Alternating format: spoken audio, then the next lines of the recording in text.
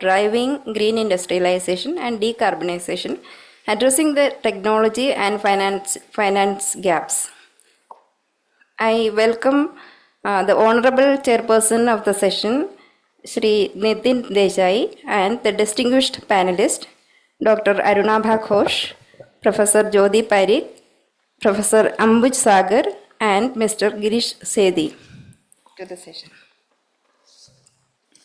Now I will briefly introduce the Honorable Chairperson. Shri Nitin Desai is a former UN Under Secretary General, and he is a distinguished economist and a well-known voice in the public policy, especially in the sustainable development sector. He has held several prestigious positions in the leading organizations. Notably, he has worked with the Planning Commission from 1973 to 1988, and after that, he served as the Chief Economic Advisor in the Ministry of Finance. He was also the Senior Economic Advisor for the World Commission on Environment and Development, and held the position of Under Secretary General for the Economic and Social Affairs in the United Nations. He oversaw the establishment of the Commission on Sustainable Development in the UN and became the first Under Secretary General for the Policy Coordination and Sustainable Development. We are extremely grateful to you, sir, for joining the session. Now I hand over the proceedings of this session to the Honorable Chairperson. Thank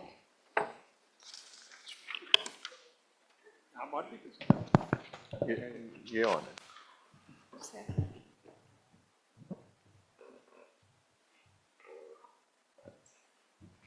See if it's on. I think it's on now. Yes. Now it started working. Well, may I welcome everybody here, and I'm not going to say anything much now. I'll wait till the very end because we're starting about half an hour after our scheduled time. I would go straight away into calling our panelists, who are all very active in this area. And the first one is Dr. Arunabha Ghosh, who has done a wonderful job in the setting up of the CEW and is now a very prominent person involved in many dialogues and discussions on this issue, both nationally and globally. And I would therefore look forward to what he has to say. So I first ask Dr. Arunabha Ghosh to do the talk. Thank you, Professor Desai. Thank you, Professor Nagesh Kumar, for inviting me to your annual conference. I always am privileged to be here. And of course, today's discussion, I would have loved to have been part of it throughout. I have a call in between this session. There's a briefing I have to give. But if it's short, then with your permission, Professor Desai, I'll rejoin the panel, if that's all right, once the call is done. But to get straight to the topic we have on green industrialization and decarbonization, I want to first state, and I would assume that all of us on the panel are in favor of decarbonizing without deindustrializing. And this is the challenge that we have for India, and almost unique because for the advanced economies, it was a shift away from the industrial sector altogether, and then moving to services-oriented economies and then decarbonizing. And in the case of our neighbor China, it was a significant development of high carbon-based industries, which then allowed for the fiscal room to then support the fairly rapid decarbonization also that we're witnessing there. So for India, the story is slightly different. Now, in that regard, I would say we have to think of it in three different buckets. One bucket is the green manufacturing processes. A second bucket is our green supply chains, and a third bucket would be new industries of the future. I will leave the latter two buckets to my co-panelists, and I believe Dr. Jyoti Parikh and Professor Ambuj Sagar, and of course Mr. Girish Sethi will come in on those topics as well. So if I could just focus on the green manufacturing, and the process dimension of it. And I want to focus on what are called hard to abate sectors, meaning that these are sectors where high intensity heat is needed for industrial processes, and in order to generate that heat, it doesn't easily come just from electrifying your processes. Some of it you can, but a lot of it you can't. And for those non-electrified processes, you need fossil fuels to generate that kind of heat. So how do you find alternative fuel sources and alternative processes to manufacture sort of core products like steel, cement, aluminum, fertilizer, and so forth? These sectors account for 75% of India's industrial emissions. So on the upside, we see that India has begun to demonstrate at least an domestic willingness. It's not made any commitments internationally, but domestic willingness to start decarbonizing these sectors. It has announced a major national green hydrogen mission. It was already a very large mission when it was first announced and budgetary allocations were made. In recent months, my colleagues at CW have crunched some numbers of how much support is coming from not just the central government, but also from the state governments. When you add all of that up, it becomes effectively the largest green hydrogen mission in the world in terms of budgetary allocation. Maybe not in terms of amount of green hydrogen produced, but in terms of budgetary allocation. So what India is trying to do is manufacture about 5 million tons of green hydrogen by 2030. Now, this opens up a lot of opportunities, upwards of $100 billion of investment opportunity in just the renewable energy supply and the electrolyzers, etc., that will be needed. Electrolyzers are the equipment through which you split the water atoms into hydrogen and oxygen. We think that the electrolyzer market in India can grow substantively, reaching about 20 gigawatts by 2030.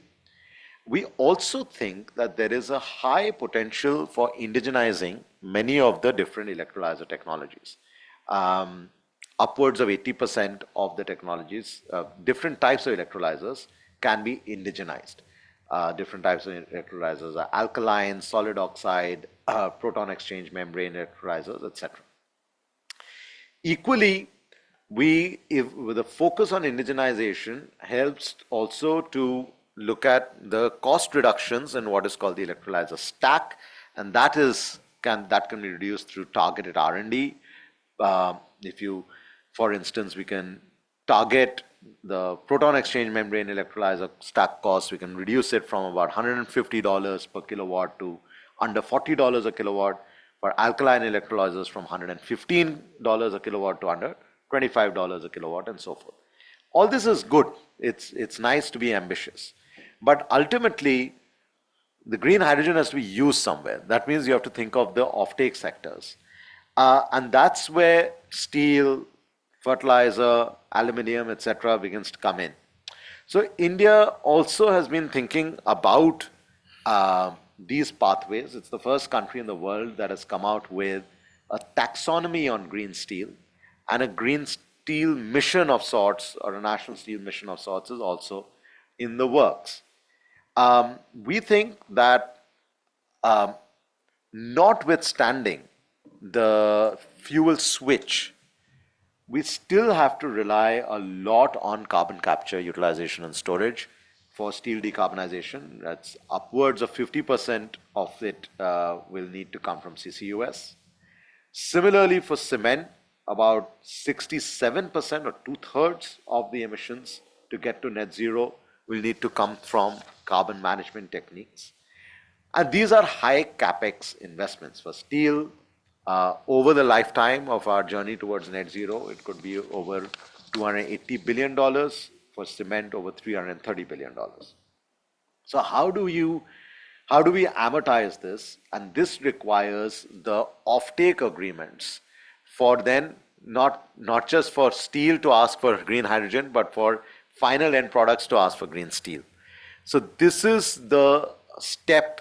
These are the steps that will be needed to create this ecosystem on heavy industry decarbonization.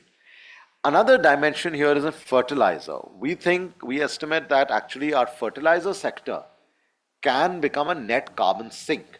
Right now, we are emitting about 25 million tons of CO2 from fertilizers. We think about 150% emissions reduction is possible if we shifted entirely, potentially, to green ammonia. Now, again, the good thing is the reverse auctions that we are witnessing in India are demonstrating revealed prices for green ammonia on the back of these auctions to be about 55 to 60% of what are the costs we are seeing in advanced economies. So India can become a hub for very low cost green ammonia production, not just for our own fertilizer sector, but also for exports. Now to make all of this is all on the opportunity side. So as I conclude, how do we make it happen? It's one thing to say this is what we would like to have. How do we make it happen? I would just outline a few financial priorities and some priorities on designing the appropriate markets. We have to reduce the cost of capital and the financing costs for these very heavy capex heavy investments. So the levelized cost of hydrogen has to come down from anywhere between $3.5 to $5 a kilogram to under maybe $2 a kilogram or even lower. How do we do that? It's not going to come from equity investments. It's going to come from low cost green debt.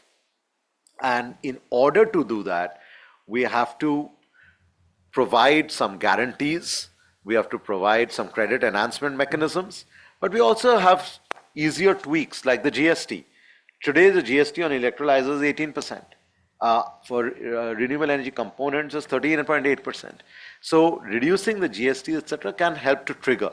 We can also waive off some of the electricity charges, such as on power banking or open access, the intrastate charges, and so forth. Waiving off open access charges alone would result in about $2 billion of cost reduction on the production side, but of course someone has to absorb the cost. So we have to think about public investment in a strategic way.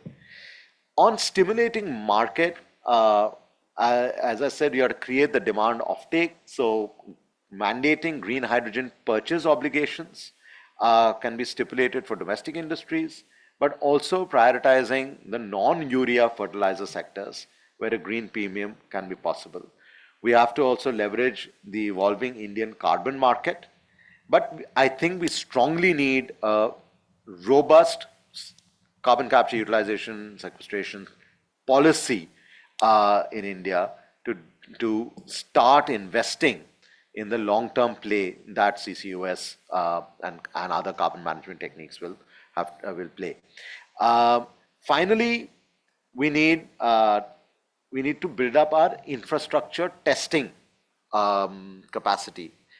Today, for instance, India's testing infrastructure only supports 6 standards across our green hydrogen value chain, and 4 of which are only partially covered, which means many other technologies that are developed, etc., cannot be tested at home, which means then you don't have the domestic market, nor can you put it into the international markets. Prioritizing this testing infrastructure helps to open up the market for many more experiments. We also have to pursue international collaborations. Not everything can be indigenized at home. So how do we establish appropriate interdependencies with partner countries and thereby incentivize private participation in the evolving ecosystem at home? So it sounds complex, but so is industrial production. It's not just a check the box, let's have industrial decarbonization. But if we are serious about decarbonization without deindustrialization, we have to break down the value chain in detail and go step by step on the financial interventions, the policy interventions, and overall the collaborations that we need with partners. Thank you. Thank you. So thank you, Arnab, for that fairly challenging requirement for getting industry connected better with the challenges of climate action. But you need to go now, I think. So. I will step away when the call comes. At least till then I want to. Okay, fine. So let me now then turn to Professor Jyoti Parekh, and a very good friend. And incidentally, I want to mention, though she hasn't mentioned it, it's not mentioned here, she is actually a PhD in in the theoretical physics, not she's a PhD in theoretical physics. I just thought I'd tell you that. But she is heading the very interesting unit, Integrated Research and Action for Development, IRADE, which was set up about nearly 20 years ago. Not 20, 10 years ago. Yeah. And she has also worked in the IASA in Vienna, in the Planning Commission, and she was also part of the Prime Minister's Council on Climate Change, which is no longer there, but it used to be there at that time. So, and she does a lot of work on this issue. So I look forward to hearing what she has to say. Good. Thank you very much, Nitin, for that introduction, and thank you, Dr. Nagesh Kumar, for inviting me. We have already a good beginning, and he has emphasized many issues. So let me start with also fact that we are also looking at minimization of materials in every part of the supply chain.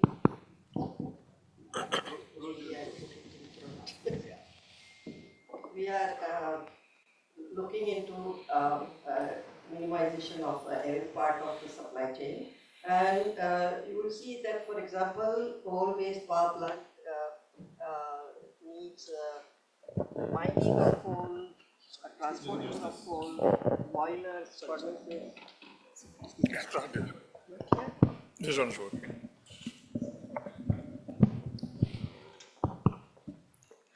Boilers, furnaces, trucks, and railways to transport them to the site, and all these machinery may not be required in future. So let's say you may need less steel. Of course, steel growth will be there in India, but not as much as it would have been otherwise. And certainly boilers and turbines and heavy equipment that transported them, and daily transport of coal of 2 million tons a day in India by railways, all that, if it disappears, not disappears, but let's say reduces, then you need, it's a little bit of a world with less materials, because solar panel is a modular, or wind power for that matter, modular concept. All the technology is out there where it's made, but once it comes here, it's a kind of a screwdriver technology which many people can put together, and that's how you will do decarbonization. The only problem is that means that when so much operating costs go away, you need a lot of money to upfront in solar panel especially, and then 25 years, 20 years, whatever it is, you have some peace. So this would affect this kind of substitutions of materials and processes and so on will change many things, including prices, also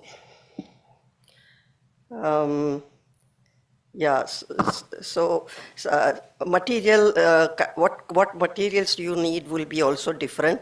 For example, even steel can be now, aluminum is growing much faster because wind power as well as solar and electric cars are also using aluminum, so much more than steel because then it's less heavy. So we would see all these differences in material demand in future. That would also, the upfront finance that we talked about is difficult, but gestation periods would be reduced considerably. So, for example, one coal power plant may take 5 years, used to take 5 years, then they brought it down. Sometimes these projects went on and on.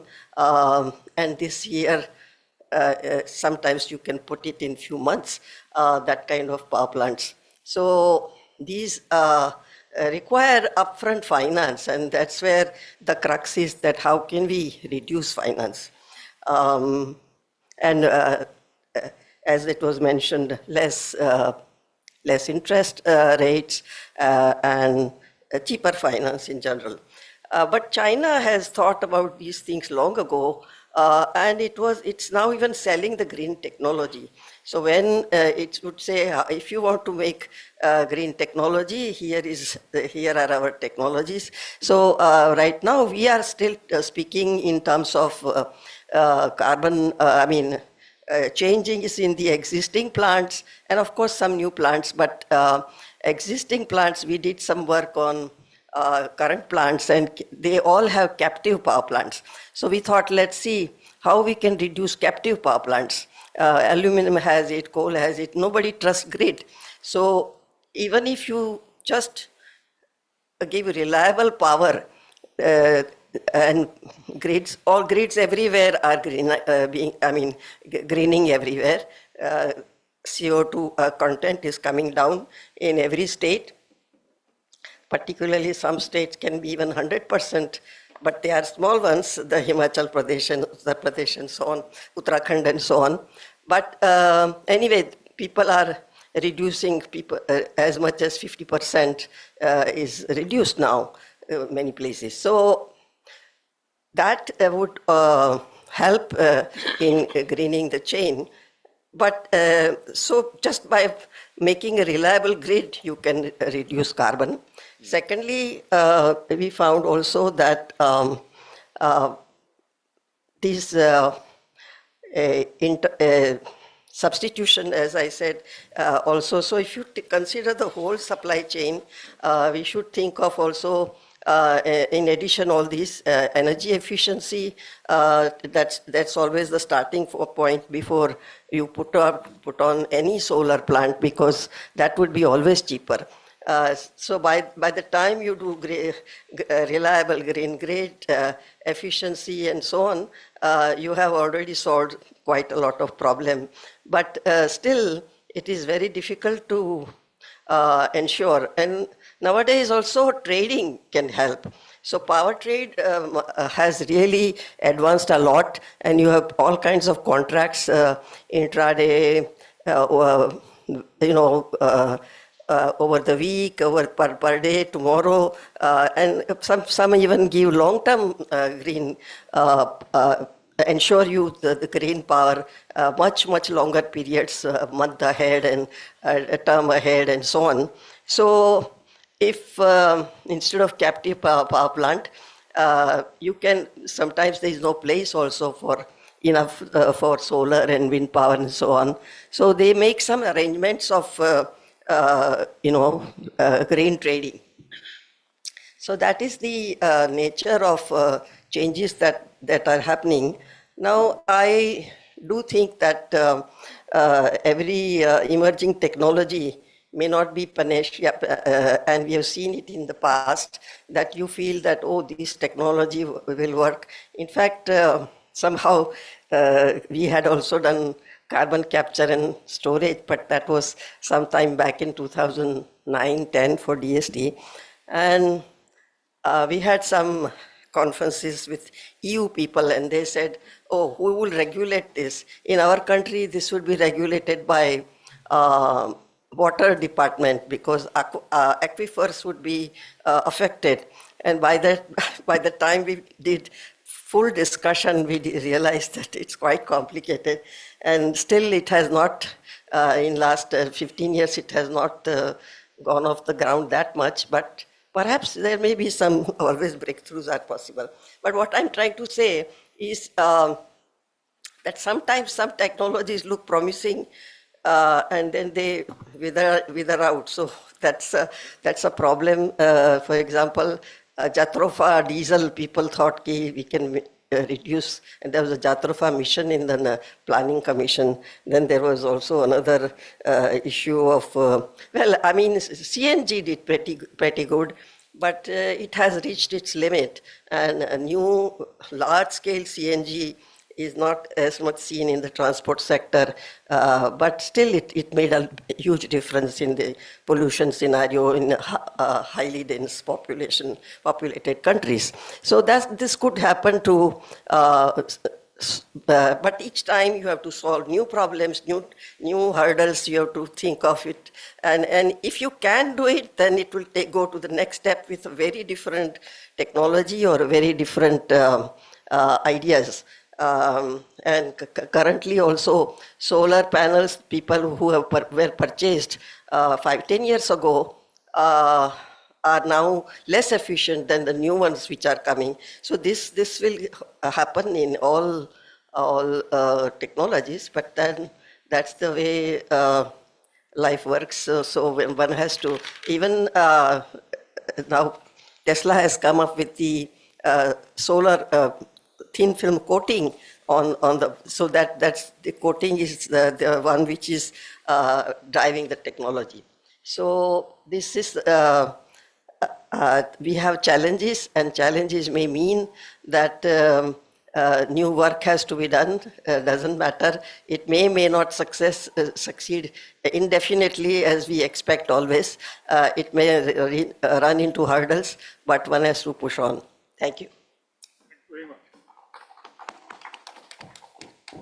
Thank you very much. And she's been working a lot in this area, which has come across. But we're now going to move a stage earlier. When I asked Ambod Sagar, who is the deputy director in the Indian Institute of Technology, and he had, of course, as an Institute of Technology, they are really involved at an earlier stage in the preparation of new technologies, etc. So let me see what they have to say on the challenges that are.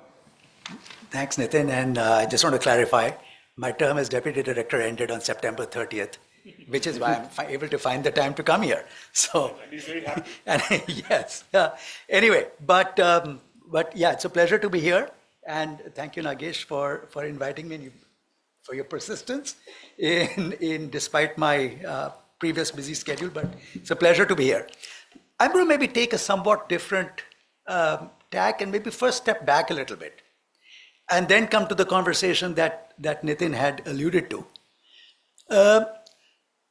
In my view, actually, India has been a little bit late to the story of industrial transformation in the energy and climate space. If you look at many of our earlier programs, and you take the example of the solar mission, although the original document talked about different policy imperatives, it really was more than anything else. If you looked at how it was implemented, it really was, it could be seen as nothing but either an energy security imperative, which is using solar, which is a local energy source, or a climate mitigation imperative in trying to mitigate greenhouse gas emissions. Although the original mission document talked about industrial capabilities, really we didn't focus on that because many of the earlier actions in the solar mission were really on deployment of solar rather than manufacturing, which came to the story much, much later. And I think I would say that that's been kind of the story in many ways in much of our engagement with the climate energy space. I think we've been very ambitious.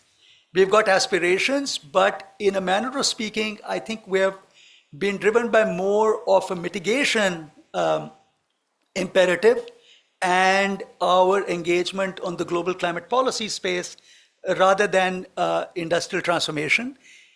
Having said that, I think I should also recognize that in the recent years, we have recognized the importance of industrial transformation and the role of policy in driving the transformation. And we've actually been fairly successful at, for example, driving up manufacturing capacity in, let's say, the solar space, and even in areas such as battery, etc. We are making a big effort. I'm going to come back to this a little bit later. I think the second point I want to kind of start with is kind of understanding the global technology landscape. And it's relevant to what I said earlier. I think what's happened, and this is pretty much a statement of fact now, it's not only India, many countries were a little bit slow in thinking about the role of, or the interlinkages between industrial transformation and the climate imperative. In fact, as you well know, I don't know how many of you follow international climate negotiations, mostly the story in the negotiations has been to resist obligations, and that has also translated to resisting action. Other than one country, which basically took this head on and said, understood that this is actually an opportunity, and worked very aggressively in that space to build up the technological capabilities, very, very strategic public policy, and as a result today, they pretty much, in all of the key energy technologies relating to the industrial transformation in this space, basically own about 75 to 80% of the global manufacturing capacity and are able to deliver this technology lower than anybody else in price. That context is really important, and that country, by the way, is China. I think we all know that. The reason that context is very important is that I think it has some implications for how we're thinking about industrial transformation. My own personal view is that while we keep on thinking about export and global opportunities in industrial transformation, that story is kind of lost. And it's not just for India. By the way, I think a lot of other industrialized countries are also worrying about the same space. I was at a meeting at the International Energy Agency a couple of weeks ago, and many European countries, Germany and France and so on, I think they're all concerned about the same story. How do you compete with a country that has built up enormous manufacturing capacity in this space and are able to provide technologies at a cost lower than everybody else can, and are driving the cost down further? So that really is kind of a reality check. So I think we have to think about our engagement in this space in those terms. My colleagues have already spoken about how do we think about engaging in the transformation today. I'm going to take a step back, and as somebody who works at an academic institution that's centered around engineering, kind of ask the question about how do we think about the future of these technologies, and in a sense, the industrial transformation continued, because it's not a one-shot deal. It's not that we're going to transform today and then we are done for. The fact of the matter is this transformation is probably at least a multi-decadal transformation. And the question really becomes then that if we've not been able to, in a sense, be as strategic as we potentially could have been with the benefit of hindsight, how do we think about the future? And I would actually posit that that's where we really need to reconceptualize our approach towards technology development in this space. I would say that I think India's engineering institutions such as the IITs, we do quite a bit of research in this space. But that research really, more often than not, I think there are some cases of people who've been very, very successful at taking the results of that knowledge and translating it into commercial application. But more often than not, we've actually not been very good at that.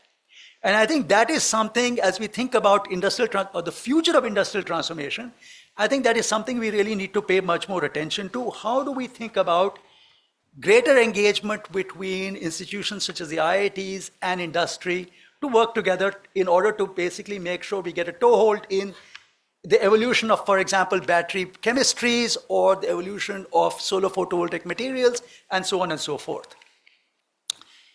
I would suggest that that requires at least two dimensions of policy.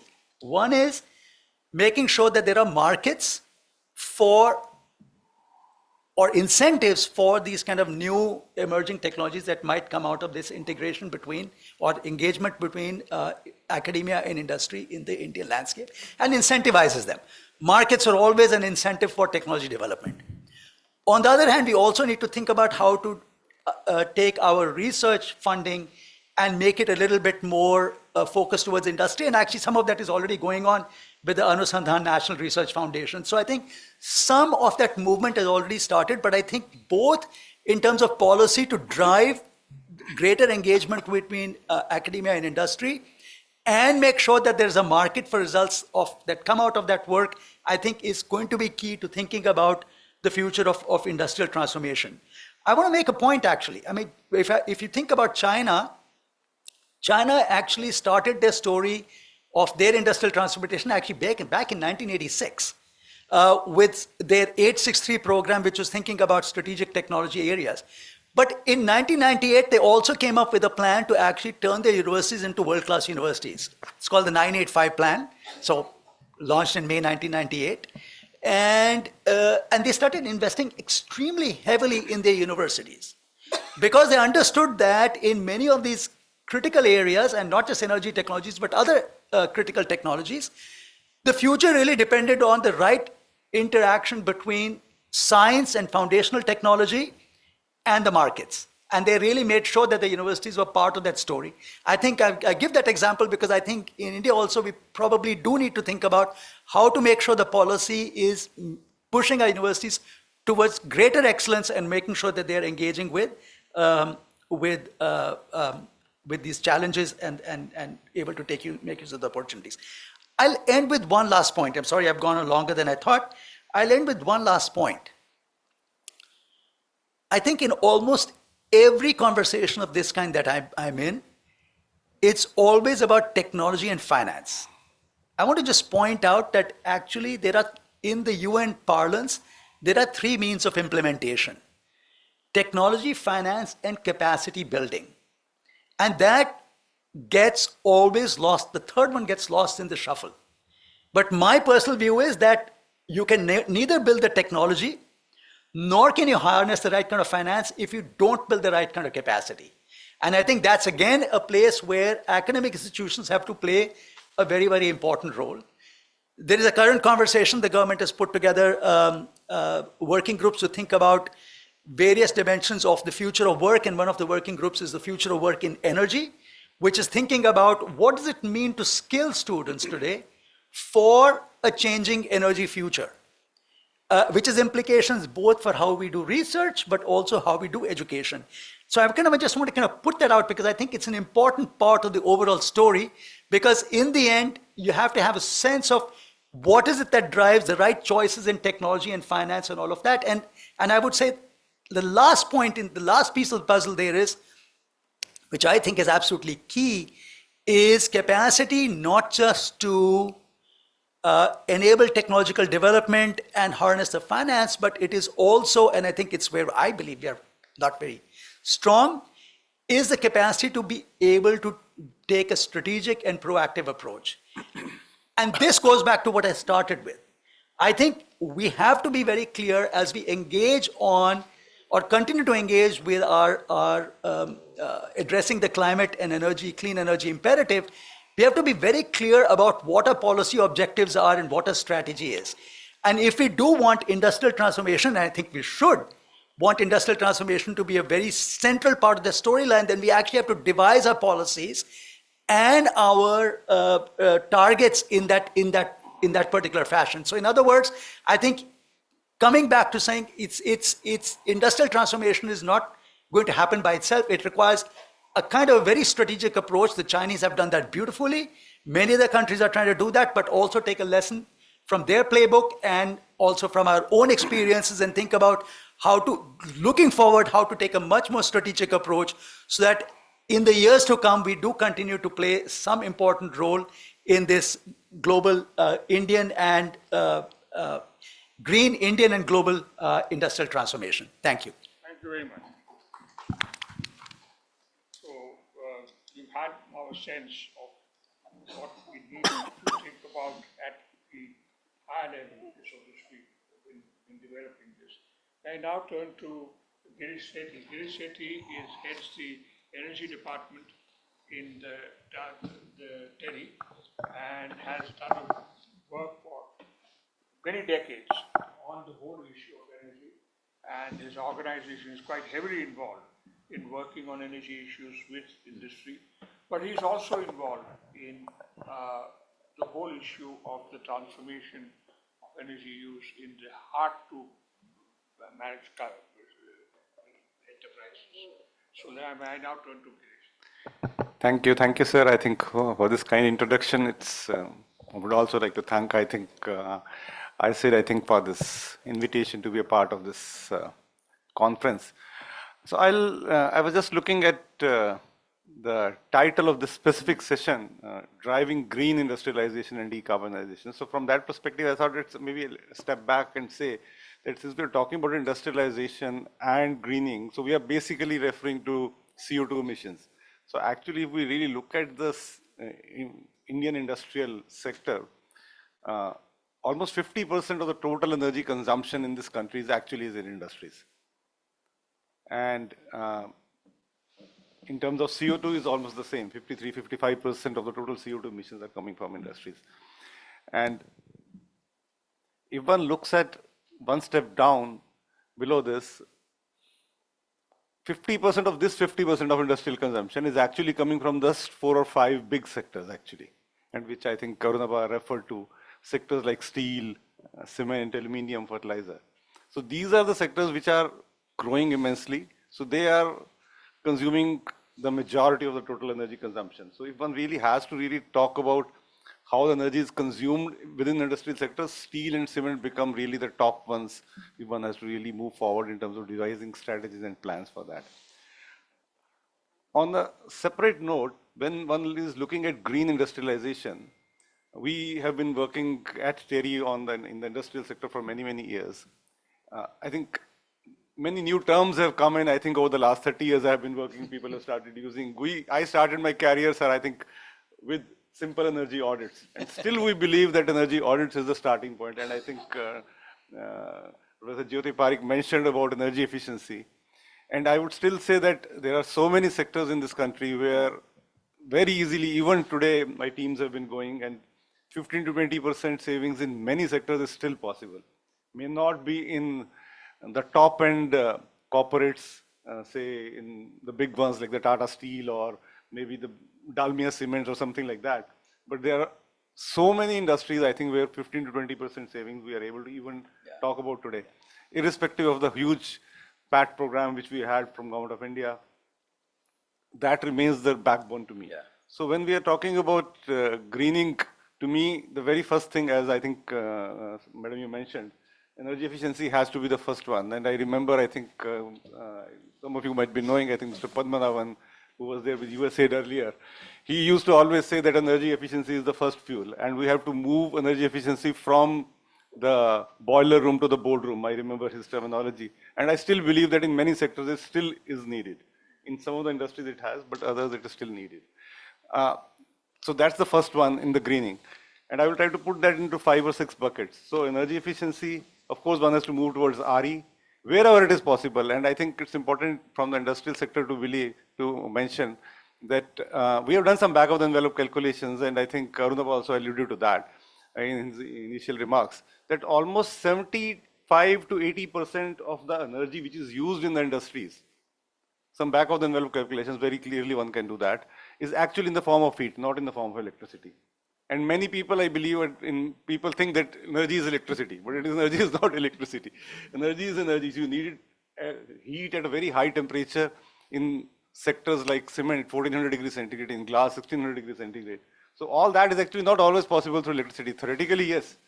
But we do have a situation in a country like India where the electricity tariffs for industries are subsidizing the agriculture sector, and even now in cities like Delhi also and many other places we are actually talking about free electricity. So industrial tariffs are very high. So it's not always possible, even when you have possibility of electrifying a process, that you can actually, technically you can do it, but in reality you can't. The industrial entrepreneur, a factory owner will not simply shift to an electrified furnace if it is not giving him rate of return which a coal-based furnace is going to give him.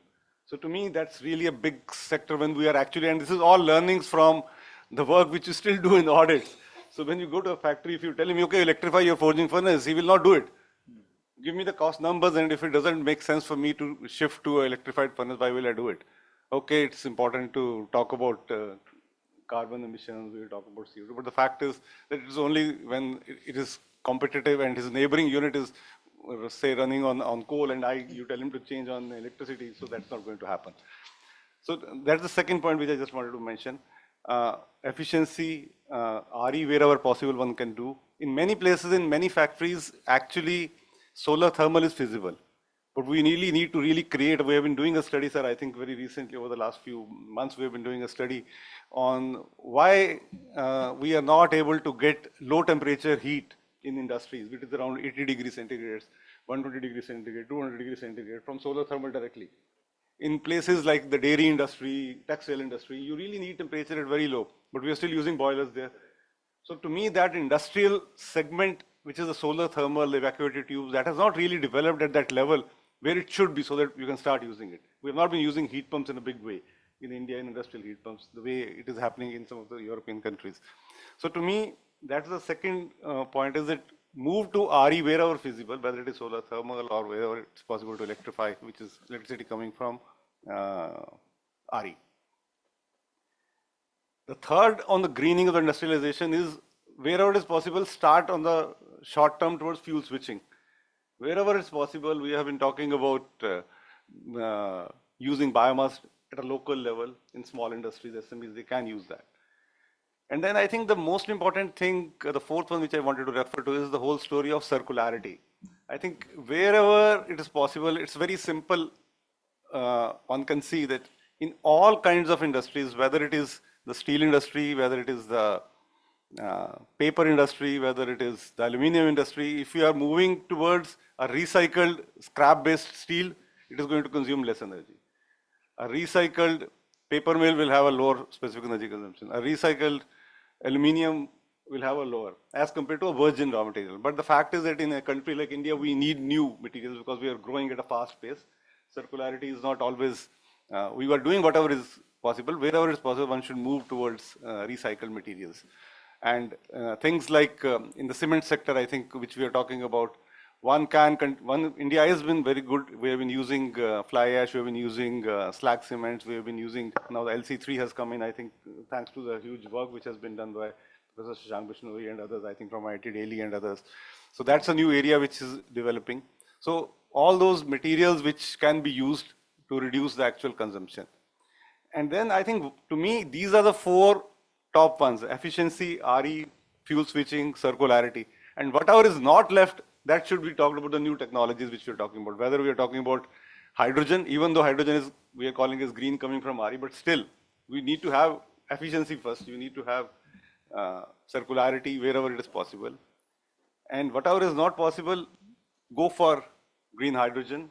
And Arunabha gave a lot of details about what the government of India has been doing through this green hydrogen mission.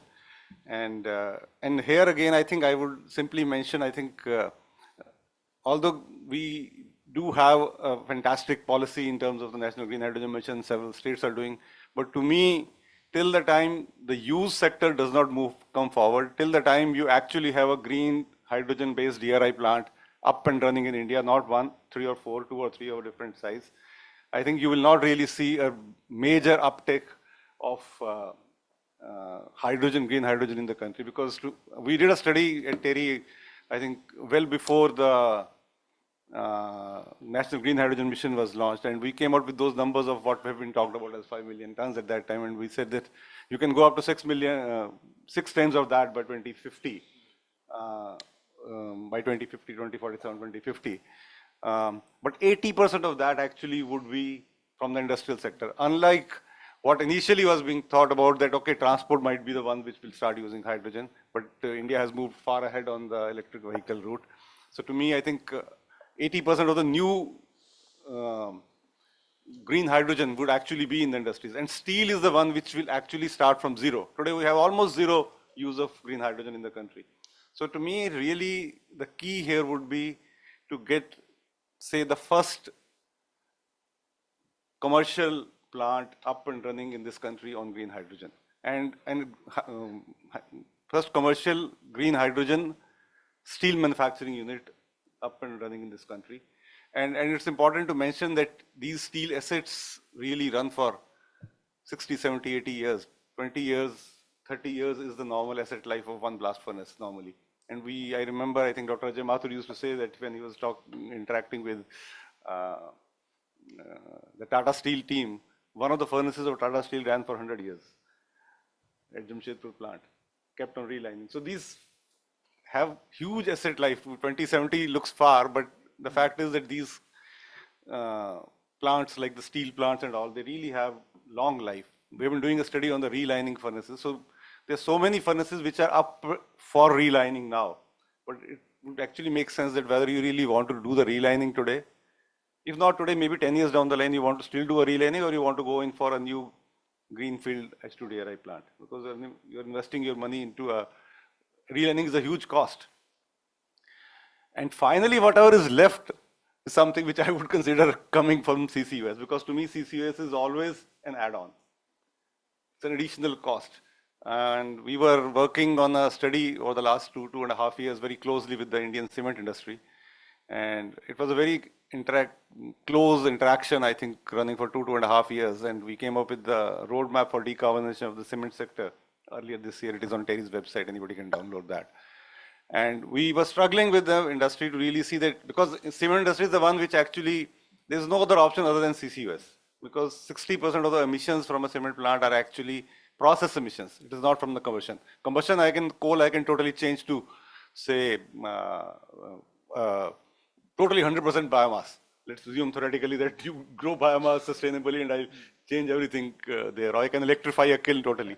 But the process emissions, limestone, CaCO2 gives CO2 plus CaO. So CO2 will anyway come out. So that CO2 has to be captured if you really want to make it net zero. So to me, they are only the things where the CCU or CCS should be coming in, because it's an additional cost.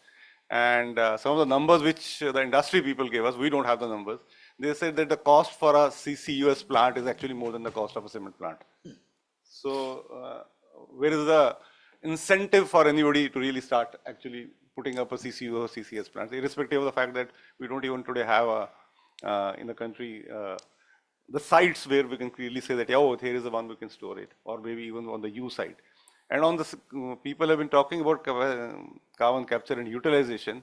Some of the work which we have done at Terry, I think we believe that the total CO2 which is available today, only just a few, 1 or 2%, single digit is actually can be utilized as CO2, unless we really start doing the recycling in terms of making it. So these were some of the initial thoughts which I had.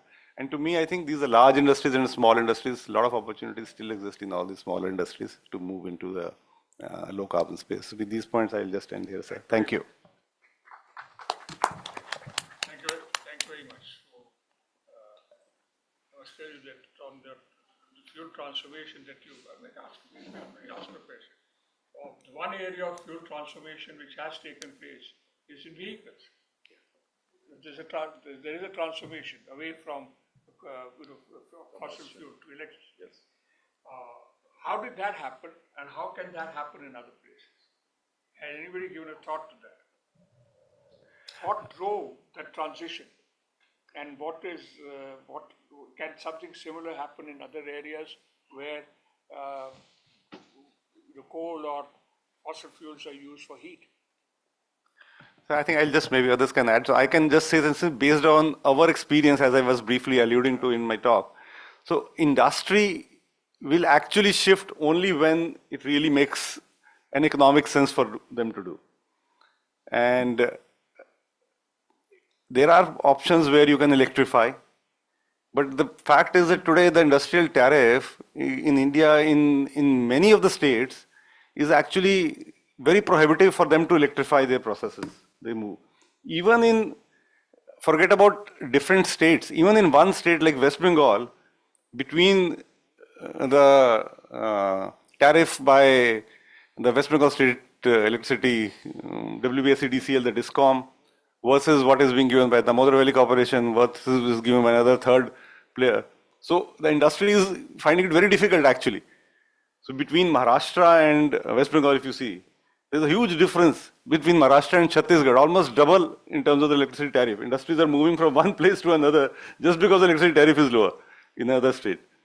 So to me, I think some of the technologies might be there, but I think it's very important if we really want the industrial sector to prosper and start competing. I remember, sir, I think one of the first statements by the ex-power minister, I think, Mr. R.K. Singh in the early days, in the first term, when he was in the second term, and he said that how can we compete with China or others when our industrial tariff is so high? But I believe nothing much has actually changed in the last 10 years or so in terms of actually getting that point. And I can also refer on this point, sir, that I was at the conference just 3 weeks back in Bombay. It was again the steel sector conference and done by the induction furnace people. And can you imagine, I think the title of the session in which I was speaking was actually, they clubbed electricity tariffs and GST in the same session. So it was just around the days when the GST reforms were happening. So they had clubbed, the session was actually on GST and electricity tariffs together. How can we move away from this kind of problem? So that's the point I was just wanting to mention on this. If people have questions, anybody raise your hands and pose your questions. See, one of the things that I pose to the rest, it's clear to us that in many ways a lot depends on how the electricity sector develops. And one of the great challenges in India is that we have a highly uneconomic electricity sector. It is one of the biggest loss-making places in the country. Now, are we going to rely on a great loss-making center for the transition that we are looking for? May I invite comments from our people? Aruna, Jyoti, etc. Is this something that, would you like to have a word? Well, I left Jyoti. midways and I have not heard upwards, so. Well, now I think it's much more located into the distribution companies, and they say they've reduced the losses. But well, it's politicized so much, and politicians feel entitled to announce prices, and they think that it belongs to them. I mean, ownership issues, it's actually taken by themselves. So unless that politicization stops, it goes, then rot goes all the way. But that's a major problem, I would say. But otherwise, I think this whole unbundling and a lot of entry into now merchant power and green power trade, and a lot of financial innovation has taken place in power sector.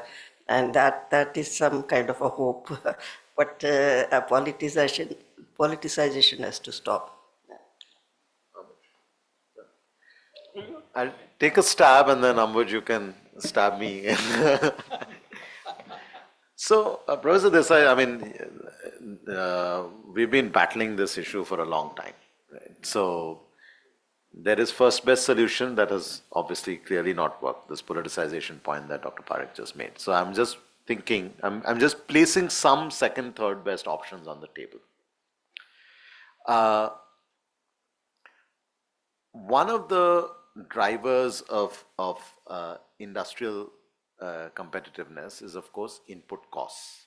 Right? And we have found that the input cost for energy is very high, makes our industrial sector under-competitive or non-competitive in many cases.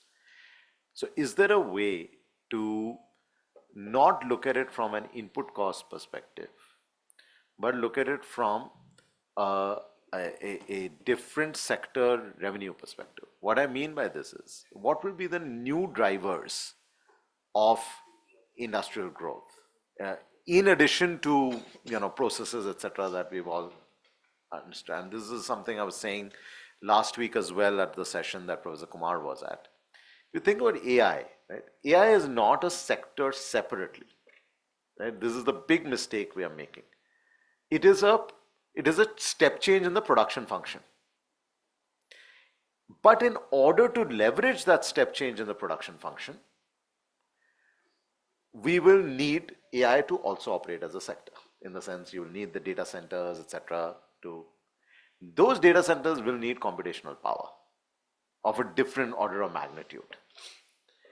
Does that approach, it's a question, I don't have I'm not affirmative on this, but does that change in some ways the incentive structure that a new variable in our production function demands significant more electricity, and that cannot come from our traditional approach of having captive power plants. And that means we are forced to then start fixing electricity prices, etc. That's one. Second is public finance. The public finance approach that we are all articulating here is that firstly, we have distorted tariffs, etc. But secondly, we have all sorts of different taxes, etc., that are taxes and levies. It's not just GST, right? Now, while we are discussing an Indian carbon market, a carbon market only works if there's a credible carbon price. Is there a way to lower down other kinds of levies and consolidate some of that into a carbon price signal, which then again creates the incentive to seriously start thinking about electricity as your option, right? And of course, the way Mr. Sethi has laid it out, actually, you should have been the first speaker and I should have been the last speaker. The residual stuff is what I actually talked about, but fully agree with what you're saying.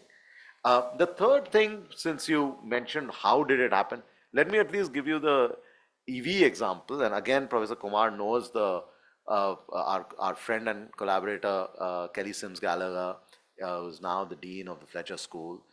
Her work on EVs, etc., and especially with regards to China, demonstrated that it was actually, the drive for it was actually an industrial competition move, where they felt they did not have access to the hybrid patents sufficient enough to move their ICE vehicle story to the hybrid journey. They say if we don't have access to those payments, might as well then leapfrog to, at that time when they started their EV journey, nobody was a world leader. In fact, India was exporting Reva cars to Europe. China had no exports to Europe at the time. This is our gap between the world leader and us is minimal. So we can leapfrog. So some of it is, driven by constraints. Some of it is a variation of public finance. And some of it is, think about new production functions and see if that changes the political economy. But those are hypotheses. They're obviously not confirmed. I think it's very valuable advice to a government. Maybe I'll come in on this EV story because I think it's an important example of China. But I also want to come back to your AI conversation. So, actually the Chinese, you're right. It wasn't just the hybrids. They actually said that we cannot compete in the IC engine space. Yes. Yeah. So in fact, the guy who started the story really is Wang Gang, who went from Audi to basically sent a paper to the Chinese government saying that we should think about a different approach. I think, I forget what he called, futuristic vehicles. And he actually started initially with hydrogen because he thought that was going to be the transformational technology, but then they pivoted. But I think if you want to come back, the story of the EVs is the people who are really, in a sense, and I think it's important to understand the systemic nature of the energy system. The people who are leading the transformation EVs today are not automobile manufacturers. They are battery manufacturers because that's a major part of the cost of the EVs, and the Chinese companies own huge fraction of the global battery space.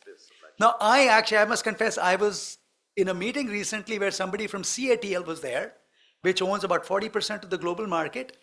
I was completely gobsmacked to realize that CATL was actually established in 2014.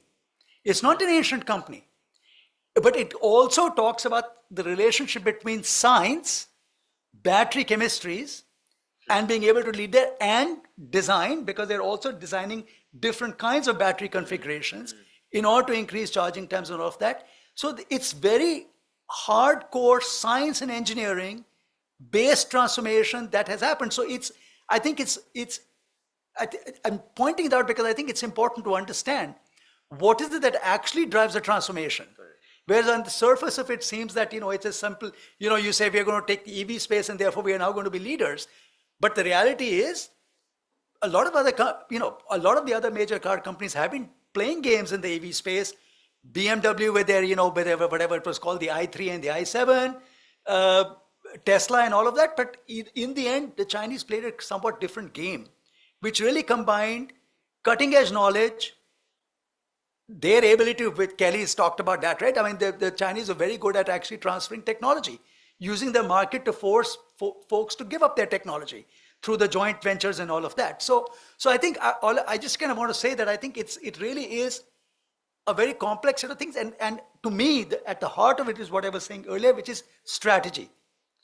You have to be very clear about what is it you want to do and make sure you have an understanding of what are all the pieces you want to put in place.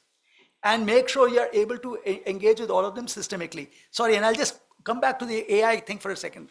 Ranabab, I think I actually don't know where Google is going to get energy for their $15 billion center in India, but in the US for sure, two things are happening. Yes. Their energy demand is so much that they're actually talking about their own captive nuclear reactors, right? They're going in that path. And the reality is that because they are pouring so much money into this area, they're willing to pay very high energy tariffs, and which is distorting the US energy system. Because you have one group of consumers that are responsible for the growth, that are willing to pay much higher tariffs than most of the people will. So I think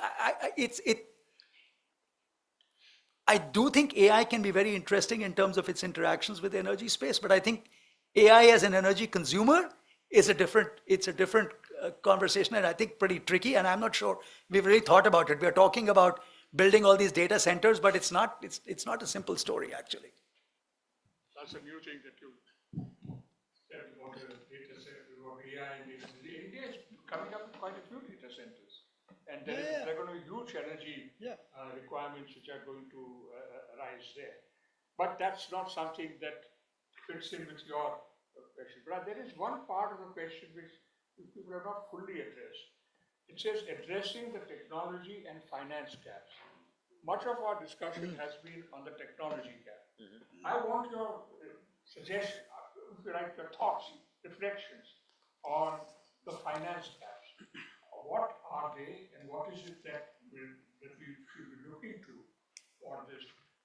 I think this is something that should be connected with technology. Let me mention one thing here.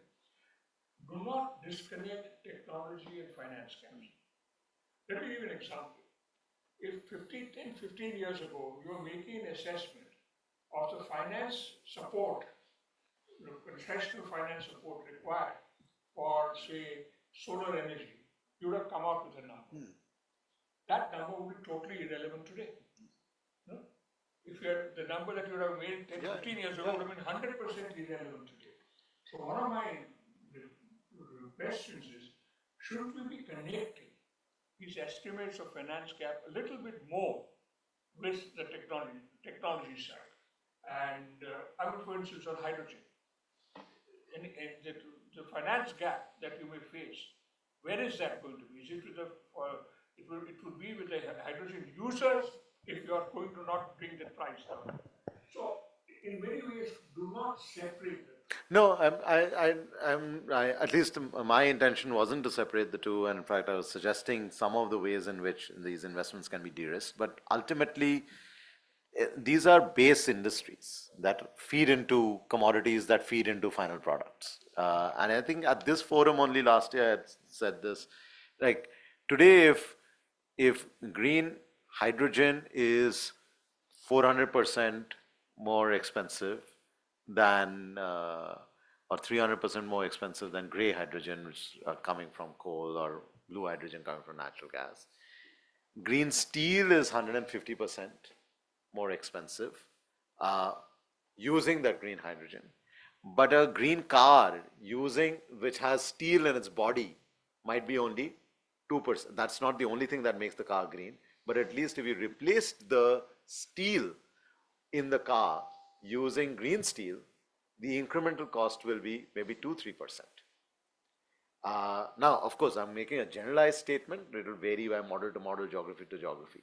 The question is, if you're going to spend, or if you're say going to export our vehicles to Europe, let's say, and someone is in Europe is spending, 30,000 euros on a car, surely they should be able to then afford the 600 euros extra on the cost of that car, right? Or some kind of financing can cover for that 600 euros. So what we are missing here are, and I think Mr. Sethi also said this, we have to find a supply chain, not in terms of the inputs, but the supply chain in terms of the demand. The one thing offtakes the other thing, which offtakes the next thing. So without that, we are going to see this as major capex gaps, which is going to be hard to fill.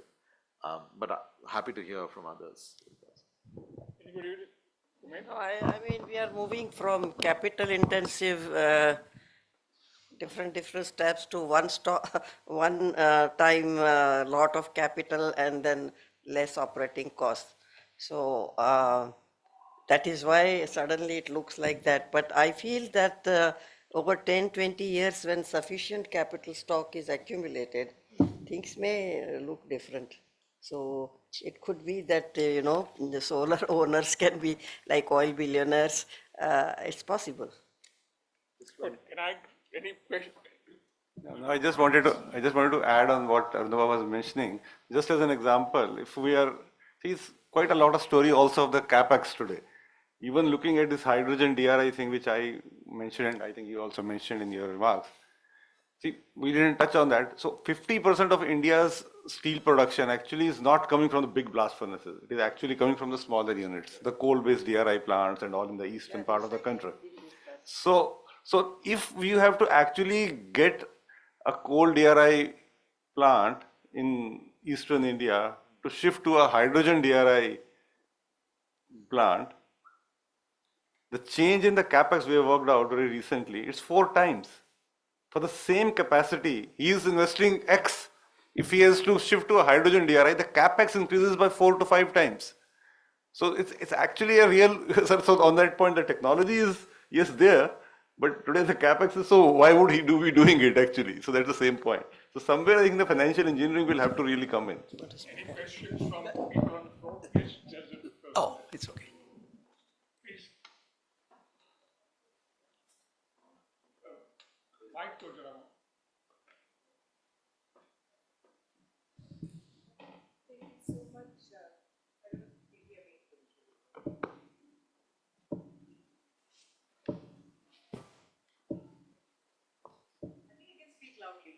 You can hear me. Sure. I have a pretty loud voice.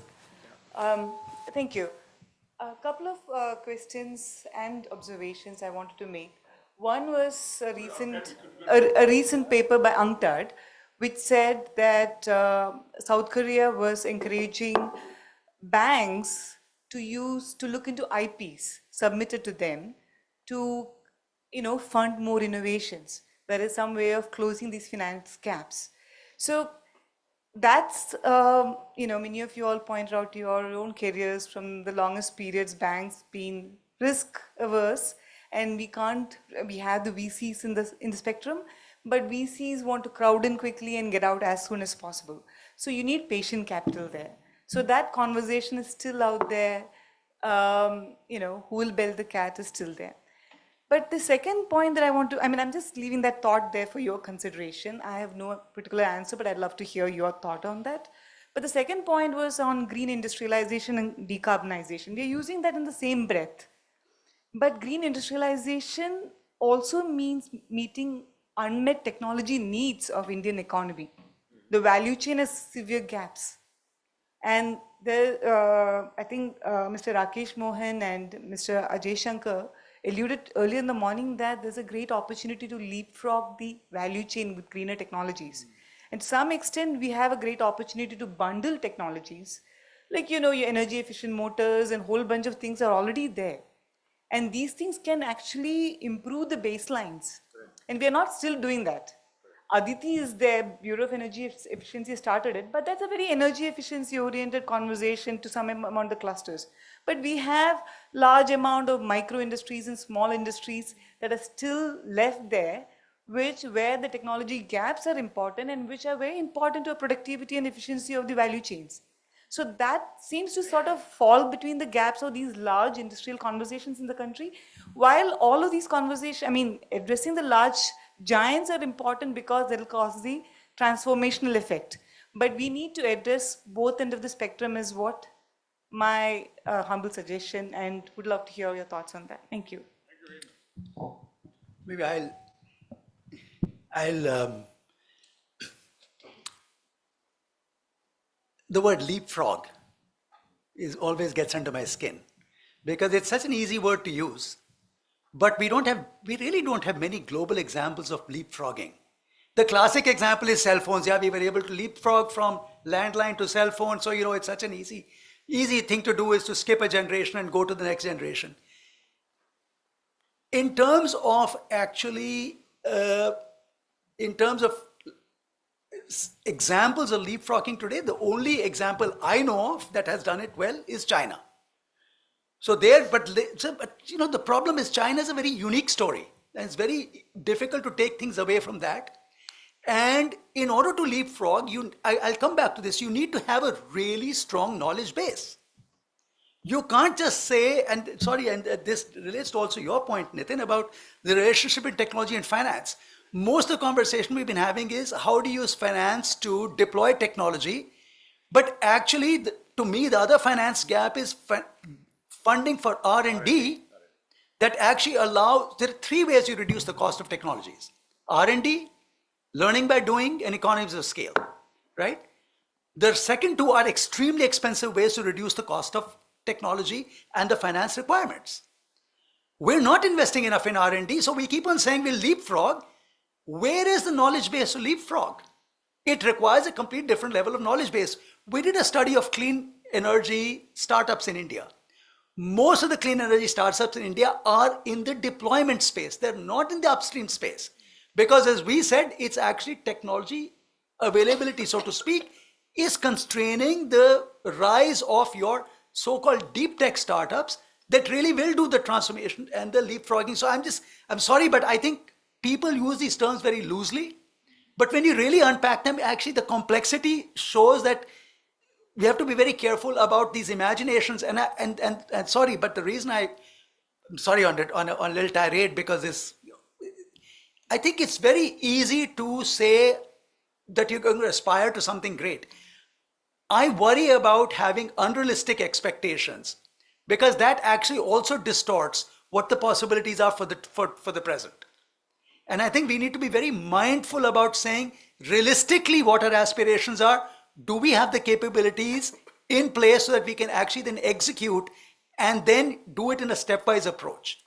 Yeah, very quickly, I think your question or your comment was also about us, and I think it was a right comment that we shouldn't only focus on the very high capex, very heavy industry decarbonization story, and because that's a lens from a emissions mitigation point of view, but the industrial base is still MSMEs, and one of the things, I mean, I didn't talk about it because I'm saving it for a month from now when we are going to release our report on green economy.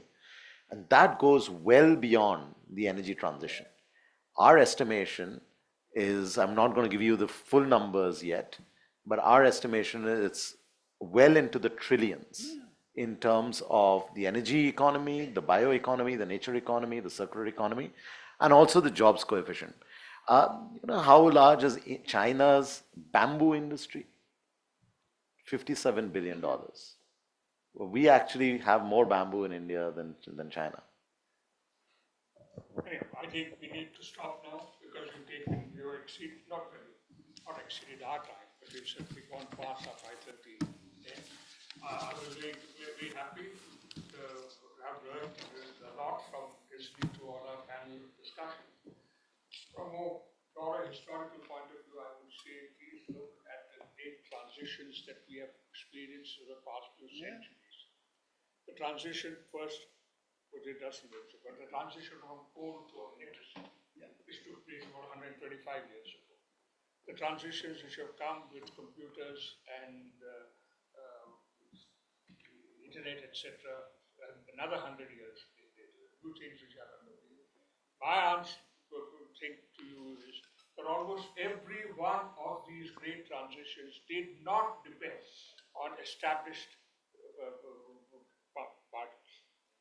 Almost all of them came from people who were wanting to challenge something. Now, he gave an example of EV being driven by the data, by the battery producers, not by the people who are involved directly in either the energy or in the vehicles, but it's a battery producer who drove that. So I'd say that keep this in mind, that the changes that you're looking for may be a little more difficult to do than just encouraging a big industry or something like that. It may be something that requires a little bit more. And I would certainly strongly favor what Ambuj is saying, which is focus a great deal of our attention on building this at what happens in our teaching and research institutions and so on. On the finance side, it will all depend on how well the technology develops.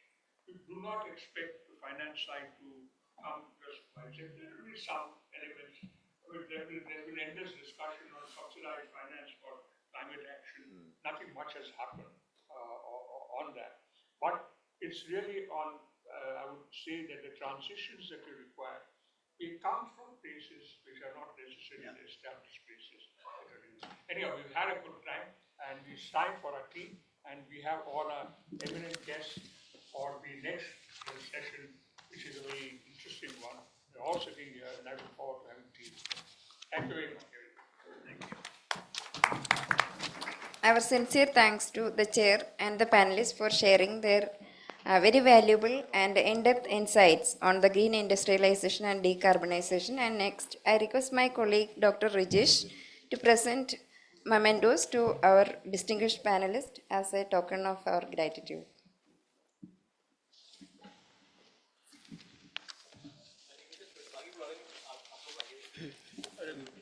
Come here. आगे.